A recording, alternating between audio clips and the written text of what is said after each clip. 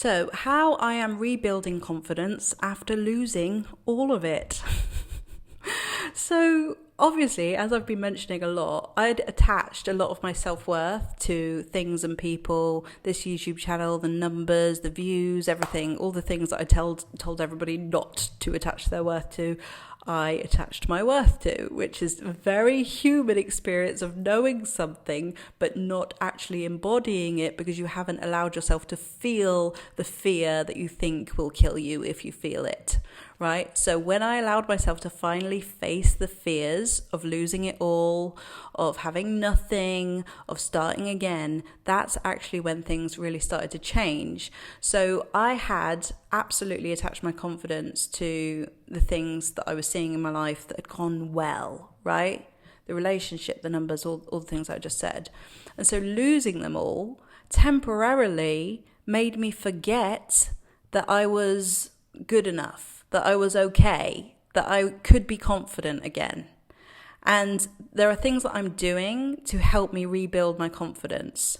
So one of them is just sharing openly what I'm going through, talking to people about it, letting it be messy, letting it be whatever it is. The other thing is putting myself in new situations and doing new things as often as possible. So this week, for example, Noah's gone away to his dad's for the whole week, which is the longest that I've actually probably ever had on my own with not really any plans. And so every single day this week, I've done something different. I took myself to a new farm shop place with a cafe, met some new people there, saw this glamping place. It looks really cool. Maybe I could do an event there one day. Took myself ice skating on my own, even signed up to ice skating lessons, which is crazy. Just doing new things. Pottery class tomorrow. There's so many different things that I'm trying to just do to get out there to meet new people. And this is helping me to rediscover my ability to connect with other people and to just be in life again. And that has dissolved some of the past that's helped me be more in the present, which has helped me to feel more confident. So that is one of the things that I'm doing. Also, just literally, whenever I say I'm going to do something, I do it because that's me building trust with myself. It's little things like I say I'm going to have a shower by 9 o'clock tomorrow morning, so I have a shower by 9 o'clock tomorrow morning. I say I'm going to walk 10,000 steps, so I'm going to walk 10,000 steps. Right? So sticking to your word, integrity is everything, honestly.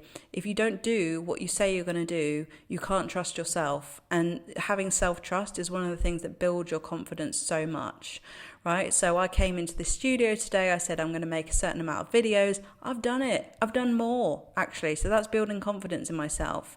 Doing things that are scary, like starting that new Instagram account, by the way. You should follow me. Karina Creates Magic. It's been scary because it's starting again. Nobody cares about you at the beginning when you got hardly any followers. I've got less than 100 followers on there, and it feels like nobody cares. But it's not about the numbers anymore. It's about me just being myself and having a space to express myself without relying on the numbers.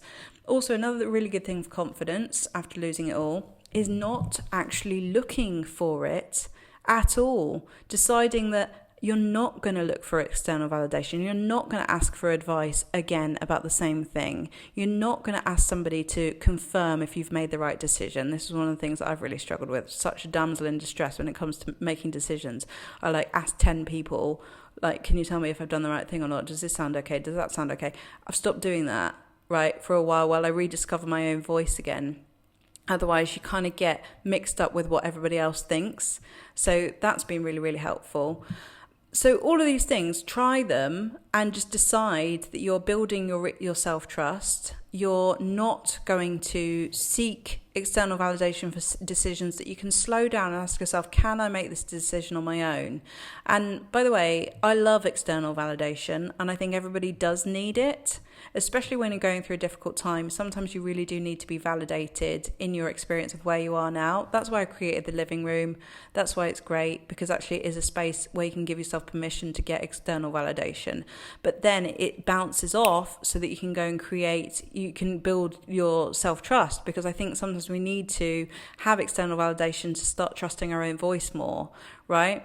But there's a line where you don't want to cross it too much where you're doing it all the time. So yeah, I hope you found this video useful. I'm right there with you, honestly. As I've said recently, I'm not ahead of you, I'm not behind you, I'm just on the journey. It's fun, it's not fun, it's messy, and we're in the messy middle. So thanks for being here, everybody, and I'll see you in the next video. Bye.